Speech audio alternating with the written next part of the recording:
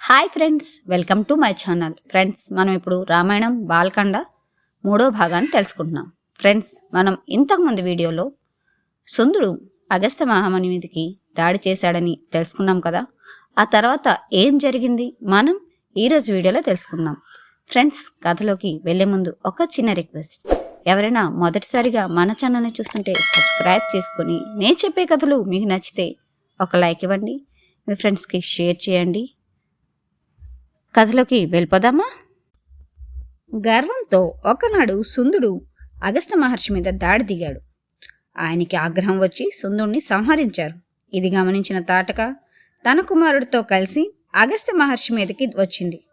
అప్పుడు ఆయన తాటకిని, నీకు వికృత రూపం వచ్చుగాక అని మారీచుణ్ణి, ఇవాల్టి నుంచి నువ్వు రాక్షసుడివి అవుతావు అని శపించాడు.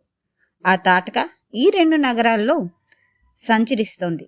ఆమె నరమాంస భక్షణకి అలవాటు పడింది. అందుకే ఈ నగరాల్లో జనాలు ఊరు వదిలి వెళ్ళిపోయారు. కాబట్టి రామా, నువ్వు ఇప్పుడు ఆ తాటకని సంహరించాలి. నువ్వు చేసే పని దోషమే అయినా ప్రజాకంటకులైన వాళ్ళని రాజు సంహరించి పూర్వకాలంలో మందర అనేటువంటి ఒక స్త్రీ భూమిని సంహరించడానికి ప్రయత్నిస్తే ఆమెని సంహరించారు. అలాగే భృగు మహర్షి భార్య ఇంద్రుణ్ణి సంహరించడం కోసం తపస్సు ప్రారంభిస్తే శ్రీ మహావిష్ణువు ఆమెని సంహరించారు. నువ్వు కూడా ఈ తాటకని సంహరించు అని విశ్వామిత్రుడు అన్నాడు. మా తండ్రి గారు మీరు ఏది చేయమంటే అది చెయ్యి అన్నారు. గురువుగారైనా మీరు చెప్పారు కనుక లోకాన్ని రక్షించడం కోసం, బ్రాహ్మణులను, గోవులను, ఇక్కడ ఉంటున్న అన్ని ప్రాణులను కాపాడడం కోసం క్షత్రియుడైన నేను తాటకని తప్పక సంహరిస్తాను అని రాముడు తన ధనస్సు తీసుకుని ధనుష్టాంకారం చేశాడు. ఆ ధ్వని విన్న తాటక అది ఎటువైపు నుంచి వస్తుందో అటువైపు బయలుదేరింది. తాటక రామలక్ష్మణులు ఉన్న ప్రదేశానికి వచ్చింది.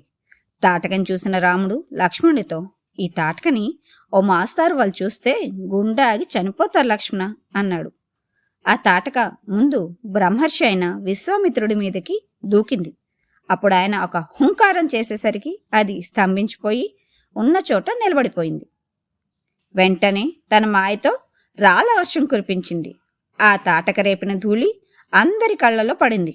అప్పుడు విశ్వామిత్రుడు రాముడితో, ఇంకా ఉపేక్షించి లాభం లేదు, తొందరగా ఆమెని సంహరించు అన్నారు. ఎంతైనా ఆడదు కదా, ముందు దీని గమనశక్తిని కొట్టేద్దాం, అప్పుడన్నా మారుతుందేమో చూద్దాం అని రాముడు కాళ్ళు చేతులు, లక్ష్మణుడు ముక్కు చెవులు నరికారు. అప్పుడు ఆ తాటక మాయా రూపం పొంది మాయం అయిపోయింది.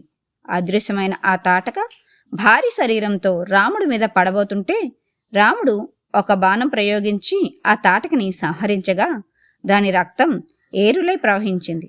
పైనుండి దేవతలు చూసి హమ్మయ్య, తాటక సంహరింపబడింది అని ఆనందపడ్డారు. వెంటనే ఆ దేవతలు విశ్వామిత్రుడి దగ్గరికి వచ్చి, ఇంత ధైర్యం ఉన్నవాడి దగ్గర అన్ని అస్త్రశస్త్రాలు ఉండాలి, కాబట్టి నీకు తెలిసిన ధనుర్విద్యనంతా రామలక్ష్మణులకు ఉపదేశించు అన్నారు. అప్పుడు విశ్వామిత్రుడు రామలక్ష్మణులకి కొన్ని అస్త్రశస్త్రాలను, కొన్ని ధనుర్విద్యలను బోధించారు. అవేంటో మనం నెక్స్ట్ వీడియోలో తెలుసుకుందాం. ఫ్రెండ్స్, ఈ వీడియో మీకు నచ్చితే ఒక లైక్ ఇవ్వండి, మీ ఫ్రెండ్స్కి షేర్ చేయండి.